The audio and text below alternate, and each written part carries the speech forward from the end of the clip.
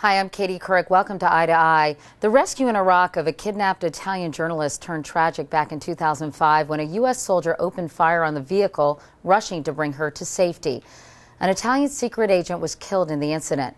U.S. Army Specialist Mario Lozano is now facing trial for murder.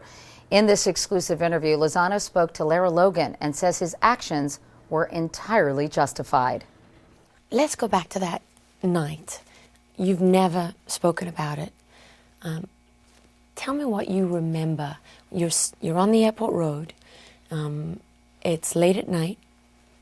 And then what? Well, they told us to, well, I heard over the net, the radio, that nobody gets on Route Irish. We were there for a little over an hour, I believe. About an hour and 20 minutes or so. And lots of cars coming through that time? yes. And this car just, when he came through, when he was trying to come through, I put the light on him. He had a big spotlight, and I didn't see any signs of slowing down. So I tried to give him a warning shot. And because at this point, you're in the Humvee, right? You're on the gun. Yes. On your machine gun. Yes.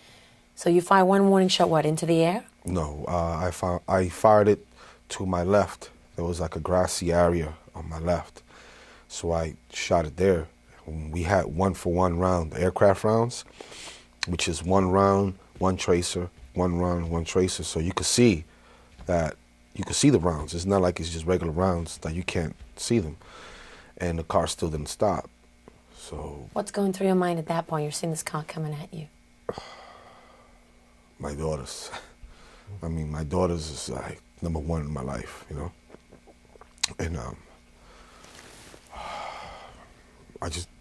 I don't want them to grow up without a kid, you know, without a father. So,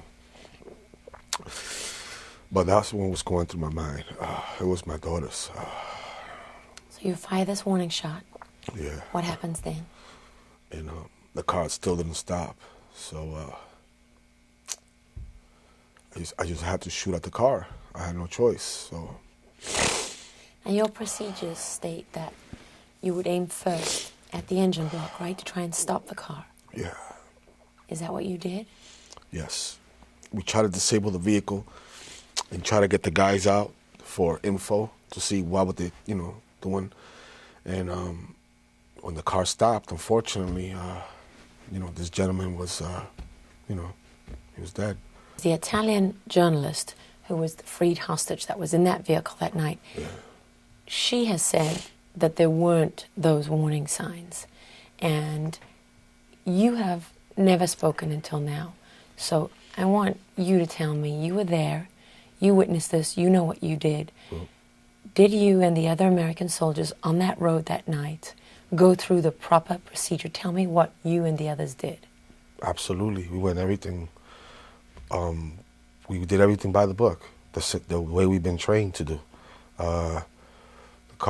The car approached 100-meter line, put the light on, put the little green beam on it. When it approached about 80 meters, a little less than that, gave him a warning shot. Once it got to about 60 meters, I knew that car wasn't going to stop unless I took action. And you also flashed that light, your big spotlight. Well, yes, before I fired the rounds, because I can't put the light on it and then fire the machine gun at the same time. I have to take controlled aim. That way, innocent people won't die. But unfortunately, you know, this situation, you know, bad things happen. But so when the Italian journalist says there was no light flashed, that's not true? It's not true. When she says there's no warning shot, is that true? There was warning shots. It's not true, yeah. When she says that the vehicle was fired upon 300 to 400 times, is that true?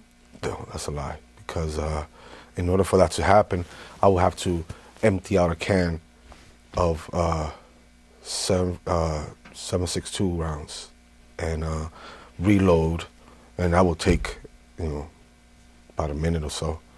Do you think if the car hadn't been speeding, it would have stopped at that point, or would it have stopped much sooner? Oh, it would have stopped much sooner, because a lot of cars came through, you know, Iraqi civilians, when they see the light, a lot of them like slammed on the brakes. You could hear the tires screeching, and there was a couple of instances where cars collided with each other, you know, because they were like tailgating each other. And when the front vehicle stopped, the one in back would hit it. So, you know, And I people just don't know in understand. Baghdad, right? You Oh, see they an American know. checkpoint. Everybody knows when they see that big spotlight, those are Americans. You gotta stop. And I don't understand why this vehicle didn't stop. I just didn't. The whole night, I couldn't understand. Everybody knows. Everybody knows in Iraq, especially in White Irish, when they see that big spotlight, that means stop. I mean, especially at that time, Route Irish, the airport road, was considered the most dangerous road in Iraq. Yes, we lost some good men on that road. What did you say to your daughters when you told them what happened? I told my daughter that, you know, Daddy had got into a little situation in Iraq, and you might see and hear my name on TV. You know, don't worry. I told her that because they were already worried about me being there. So if they hear other stuff about me, then, you know, they're gonna get more worried.